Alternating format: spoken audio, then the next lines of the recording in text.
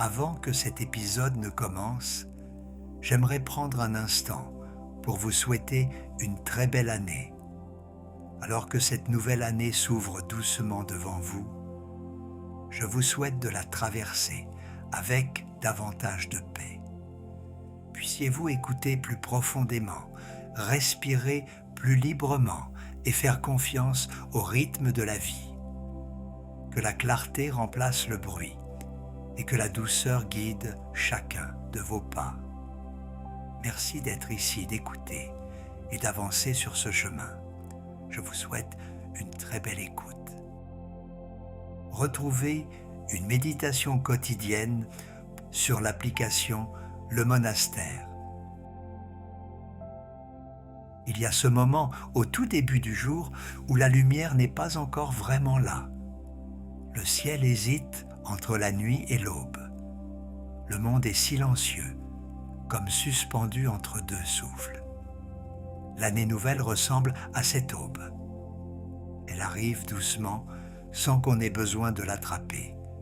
Elle est déjà là à la porte, patiente, et il suffit de lui ouvrir. Mais quelque chose en nous voudrait enfoncer cette porte.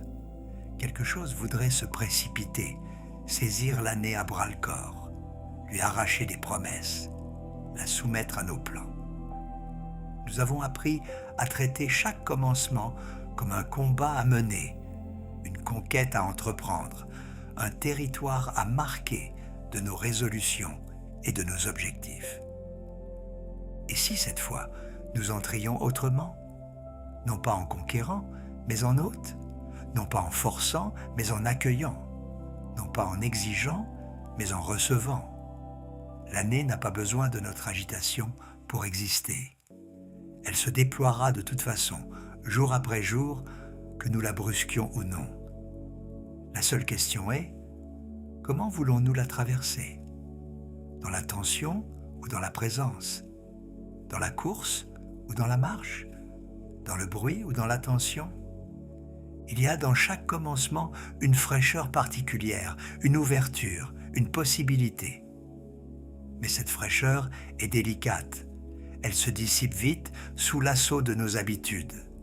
Elle demande à être protégée, cultivée, honorée. Entrer doucement dans l'année, c'est peut-être d'abord cela. Préserver cette fraîcheur. Lui laisser le temps d'exister avant de la remplir.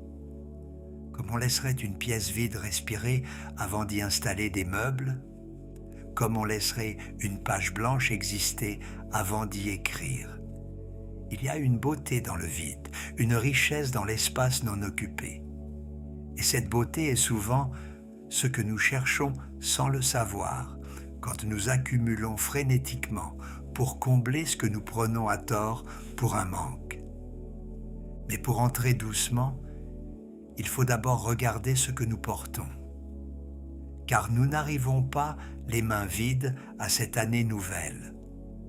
Nous arrivons chargés de tout ce que nous avons vécu, bien sûr, et cela est naturel et précieux, mais chargés aussi de beaucoup de choses que nous n'avons pas choisies consciemment, que nous avons ramassées en chemin sans nous en rendre compte et qui pèsent sur nos épaules sans que nous sachions vraiment pourquoi nous les portons encore.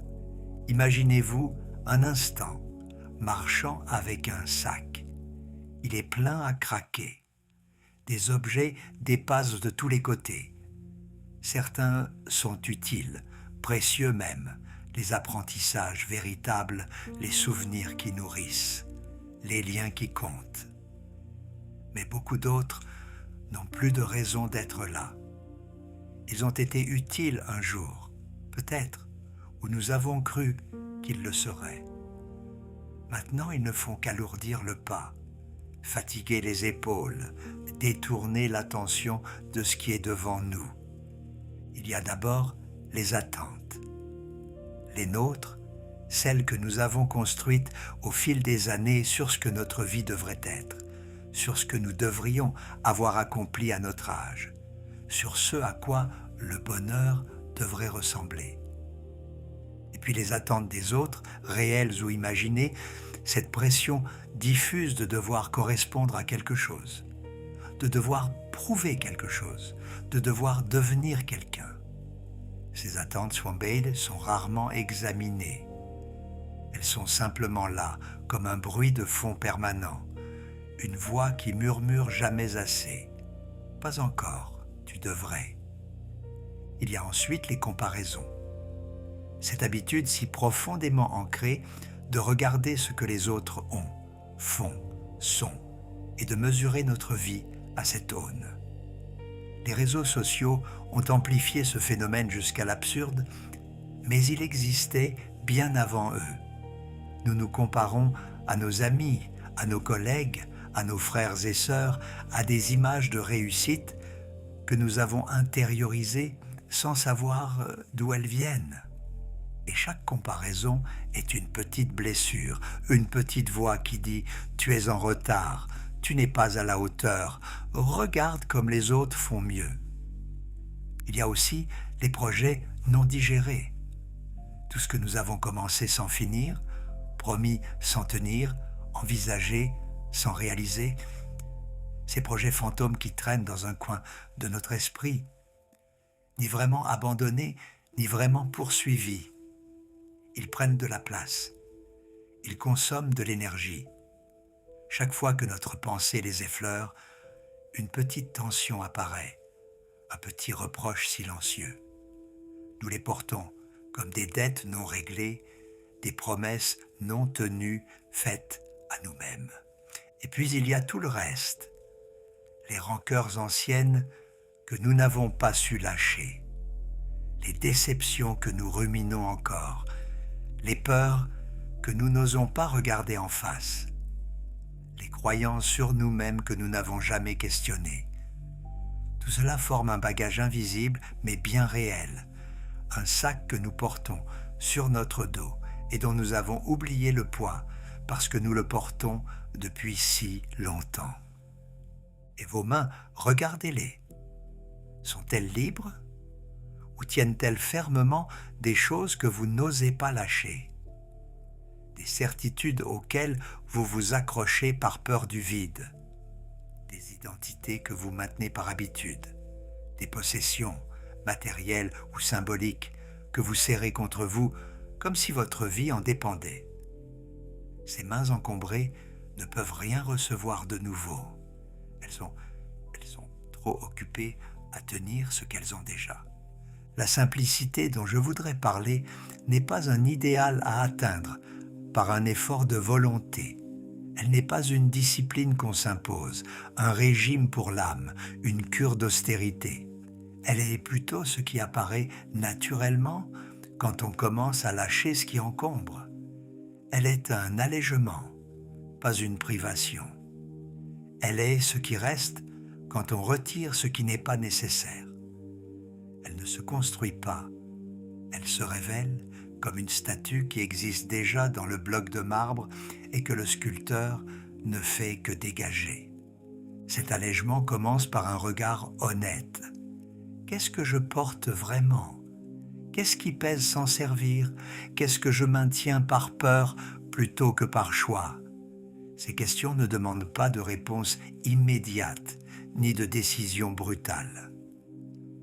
Elles demandent simplement d'être posées, sincèrement, et de laisser les réponses émerger à leur propre rythme.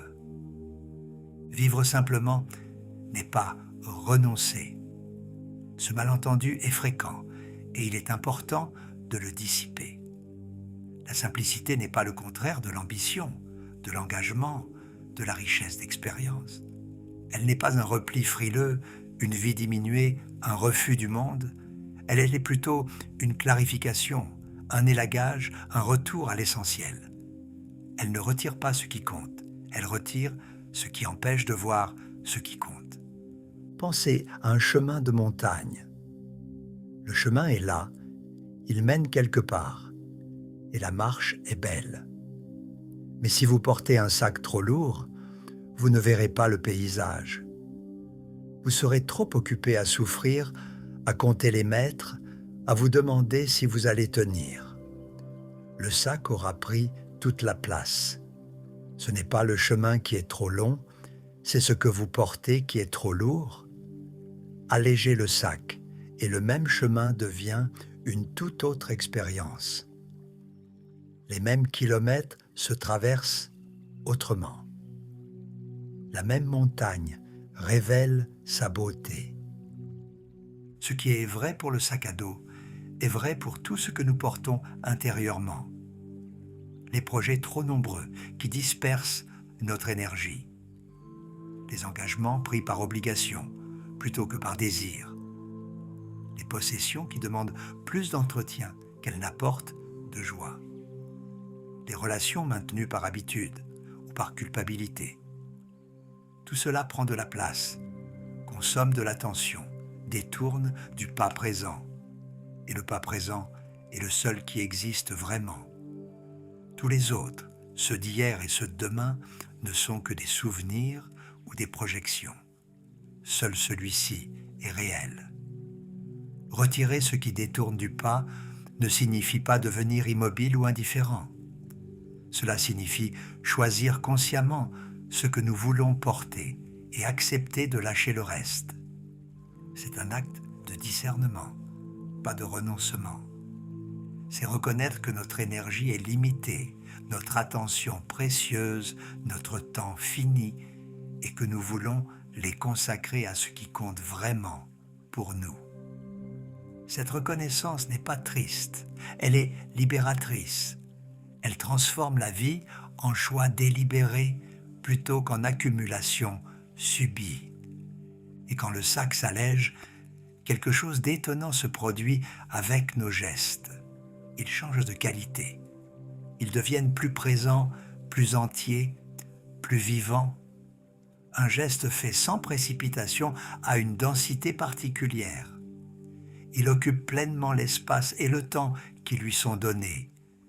Il n'est pas pressé par ce qui vient après, pas tiré en arrière par ce qui précède. Il est simplement là, complet en lui-même. Je pense à ces gestes simples du quotidien que nous faisons généralement sans y penser, en mode automatique, l'esprit déjà ailleurs. Préparer un repas, marcher jusqu'au travail, écouter quelqu'un parler, boire une tasse de thé.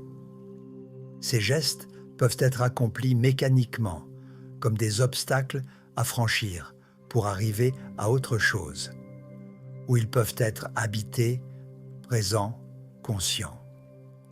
La différence n'est pas dans le geste lui-même, mais dans la qualité d'attention que nous lui accordons. Quand le geste n'est plus pressé, il devient juste. Il trouve sa propre mesure, son propre rythme, sa propre complétude.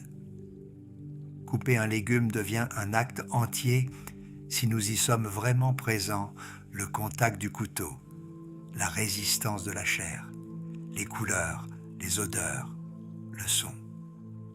Marcher devient une méditation. Si nous sentons vraiment nos pieds toucher le sol, notre corps se déplacer dans l'espace, l'air entrer et sortir de nos poumons. Écouter quelqu'un devient un don véritable. Si nous cessons de préparer notre réponse pendant qu'il parle et que nous nous rendons simplement disponibles à ce qu'il dit. Il y a une différence essentielle entre l'agitation et le mouvement vivant. L'agitation est dispersée, fragmentée, tiraillée entre 1000 directions. Elle donne l'impression de faire beaucoup, mais accomplit peu. Elle épuise sans nourrir. Le mouvement vivant, lui, est unifié, présent, engagé. Il peut être rapide ou lent, intense ou doux, mais il est toujours entier. Il ne laisse rien derrière lui parce qu'il est tout entier dans ce qu'il fait. Cette différence ne se théorise pas vraiment, elle se sent. Nous savons tous au fond quand nous sommes dans l'agitation et quand nous sommes dans la présence. Nous savons la différence entre faire les choses et être dans ce que nous faisons. La vie simple que j'évoque ici n'est pas une vie sans action. Elle est une vie où l'action a retrouvé sa justesse, où faire n'est plus une fuite, mais une expression, où le mouvement n'est plus une agitation, mais une danse. Cette justesse ne vient pas d'une technique particulière. Elle vient d'un allègement intérieur qui permet au geste d'être ce qu'il est, sans surcharge, sans précipitation, sans arrière-pensée. Et cet allègement nous reconnecte à quelque chose que nous connaissons déjà, mais que nous avons appris à ignorer, notre rythme propre. Car nous avons un rythme, chacun de nous. Un rythme qui n'est pas celui de la culture ambiante, pas celui de nos voisins, pas celui que nous pensons devoir avoir. Un rythme intime, personnel, inscrit dans notre corps et dans notre être. Ce rythme, c'est quand nous avons besoin de repos et quand nous sommes prêts pour l'action. Il sait quand nous forçons et quand nous fluons. Il sait ce qui est trop et ce qui est assez. Ce rythme parle à travers la fatigue. Non pas la fatigue productive qu'on ressent après un effort juste, mais la fatigue sourde, chronique, qui signale que nous vivons à contre-courant de nous-mêmes. Il parle à travers l'élan, ces moments où l'énergie monte naturellement et où l'action devient joie. Il parle à travers le besoin de silence, de solitude, de retrait, que nous interprétons souvent à tort comme de la paresse ou de l'antisocialité.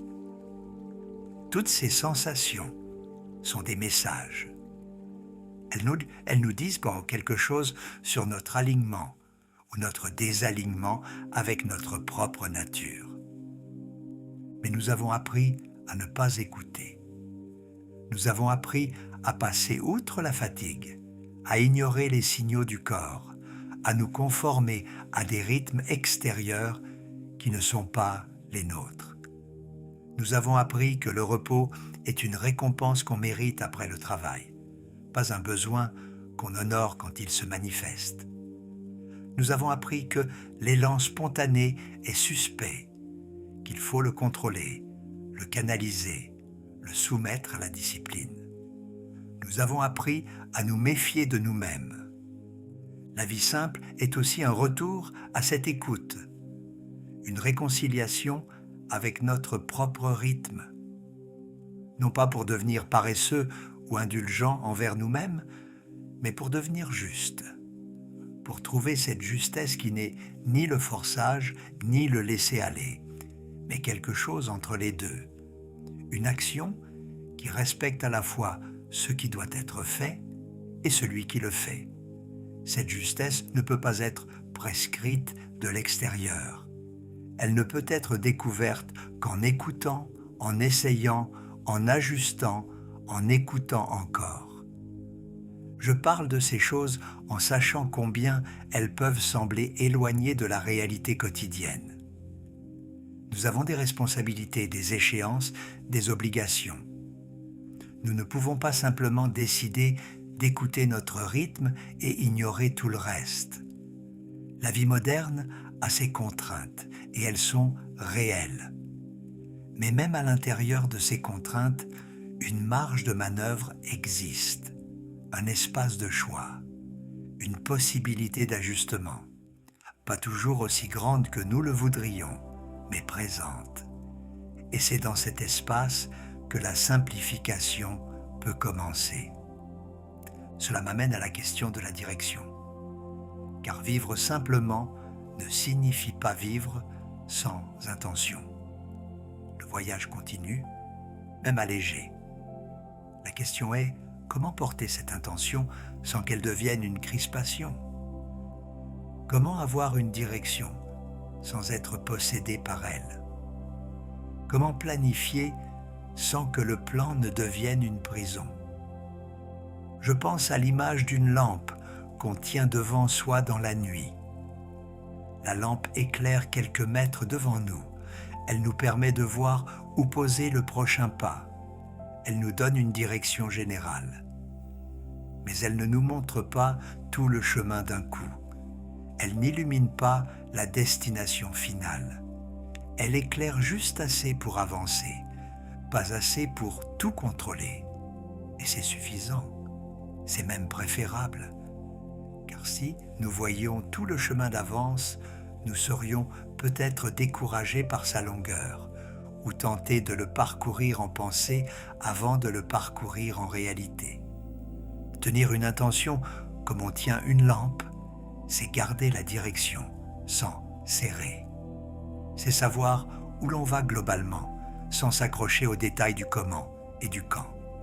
C'est accepter que le chemin réel sera différent du chemin imaginé, et que cette différence n'est pas un échec, mais une adaptation naturelle au terrain. C'est faire confiance que si la direction est juste, les moyens se révéleront en marchant. Cette manière de porter l'intention demande une forme de détachement qui n'est pas de l'indifférence. Nous tenons à notre direction, elle compte pour nous, elle exprime quelque chose de profond sur ce que nous voulons faire de notre vie. Mais nous ne nous y accrochons pas désespérément. Nous ne la serrons pas jusqu'à l'étouffer. Nous la tenons fermement et légèrement à la fois, comme on tiendrait un oiseau assez fermement pour qu'il ne s'échappe pas, assez légèrement pour ne pas l'écraser. Cette légèreté n'est pas naturelle pour la plupart d'entre nous. Nous avons appris que pour obtenir quelque chose, il faut le vouloir fort, très fort, et ne jamais lâcher. Nous avons appris que le relâchement est dangereux, qu'il mène à l'échec, que seule la tension garantit le succès. Mais cette croyance est épuisante et elle n'est même pas vraie, car ce qui est serré trop fort finit souvent par casser. Ce qui est voulu trop intensément finit souvent par fuir. Et l'énergie que nous mettons à nous crisper est de l'énergie que nous ne mettons pas à avancer. Il y a quelque chose de mystérieux qui se produit quand on cesse de forcer. Les choses commencent à se mettre en place d'elles-mêmes. Non pas par magie, mais par cohérence. C'est comme si notre crispation créait des interférences, du bruit, de la friction, et que le relâchement permettait soudain aux éléments de trouver leur arrangement naturel. Je ne sais pas bien expliquer ce phénomène. Je peux seulement témoigner qu'il existe, que je l'ai vécu, que d'autres l'ont vécu. Des rencontres qui se font au bon moment, sans qu'on les ait forcées. Des opportunités qui apparaissent quand on a cessé de les chercher désespérément. Des solutions qui émergent quand on a arrêté de se battre contre le problème. Des relations qui s'apaisent quand on renonce à avoir raison. Ce n'est pas que nos efforts étaient inutiles. Ils ont préparé le terrain. Ils ont semé des graines. Mais la floraison a eu lieu quand nous avons cessé de tirer sur les pousses. Et peut-être que le fruit de ce lâcher-prise n'est pas ce que nous espérions obtenir. Peut-être que la réponse qui vient n'est pas celle que nous attendions. Peut-être que le chemin qui s'ouvre mène ailleurs que là où nous voulions aller. Mais si nous avons vraiment relâché notre prise, cela devient acceptable. Nous pouvons accueillir ce qui vient, même si ce n'est pas ce que nous avions prévu. Nous pouvons nous adapter, nous réorienter, nous laisser surprendre. Cette flexibilité est elle-même un cadeau du lâcher-prise. Face à tout cela, je reviens toujours aux mêmes choses simples. Respirer, marcher, écouter, ce sont peut-être les 3 gestes les plus fondamentaux de la vie humaine. Et pourtant, nous les accomplissons la plupart du temps sans y être vraiment présents. Le souffle entre et sort sans que nous le remarquions. Les pas se succèdent sans que nous sentions le sol. Les sons nous parviennent sans que nous les entendions vraiment.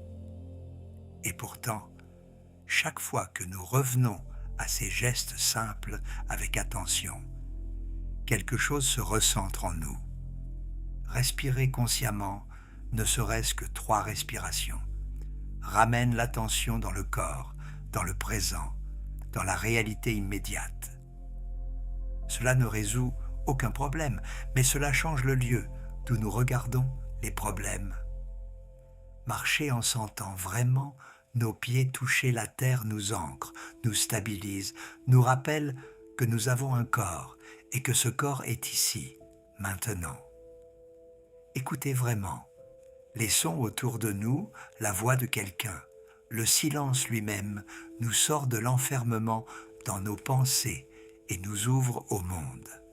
Ces retours au simple ne sont pas des fuites, ils ne sont pas des manières d'éviter la complexité de la vie. Ils sont plutôt des fondations sur lesquelles la complexité peut reposer sans nous submerger. Quand nous sommes enracinés dans le souffle, dans le corps, dans l'écoute, nous pouvons faire face à beaucoup de choses. Quand nous sommes déracinés, perdus dans nos pensées, coupés de notre base, même les petites difficultés nous submergent. Je voudrais que ces mots soient comme une pause. Un moment où vous pouvez déposer un instant ce que vous portez. Vous pouvez simplement le recevoir, le laisser résonner ou non et continuer votre chemin. Peut-être qu'une phrase restera avec vous. Peut-être qu'une image reviendra dans quelques jours. Peut-être que rien de tout cela ne laissera de traces. Cela n'a pas d'importance.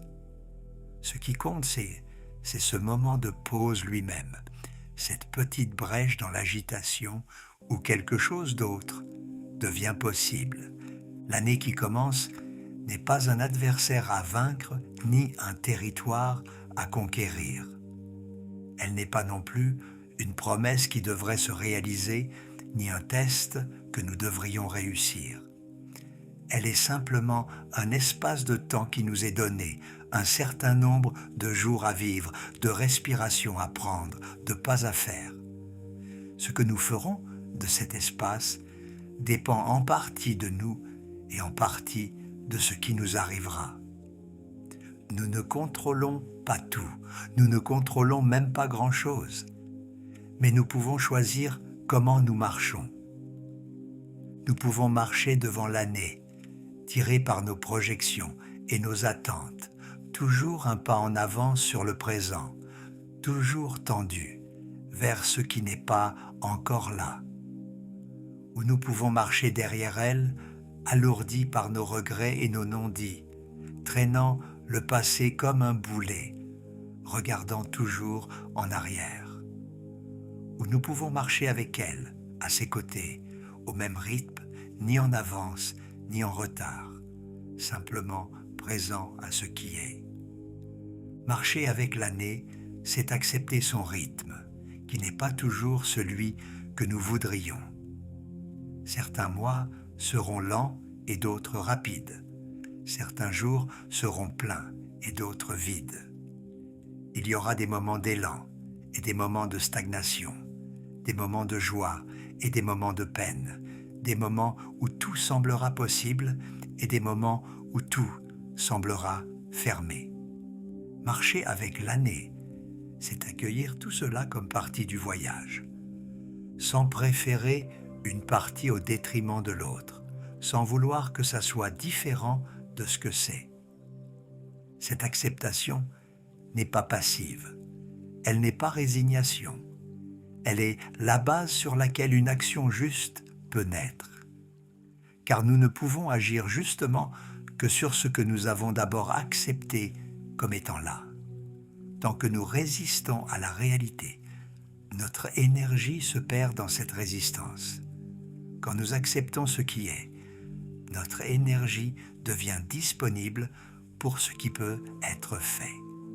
L'acceptation n'est pas la fin de l'action, elle en est le commencement véritable.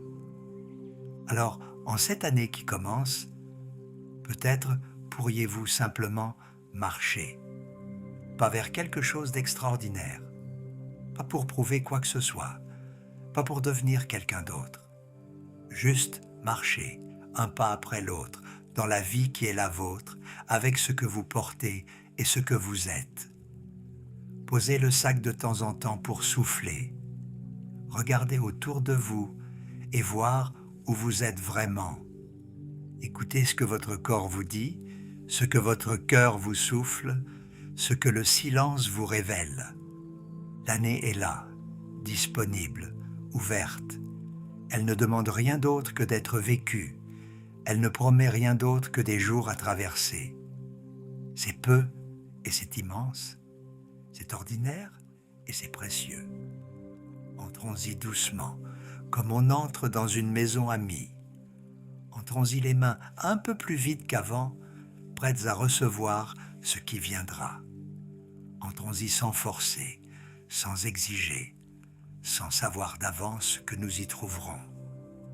Et laissons-nous surprendre, peut-être, par la beauté simple d'une année qui ne demande qu'à être habitée.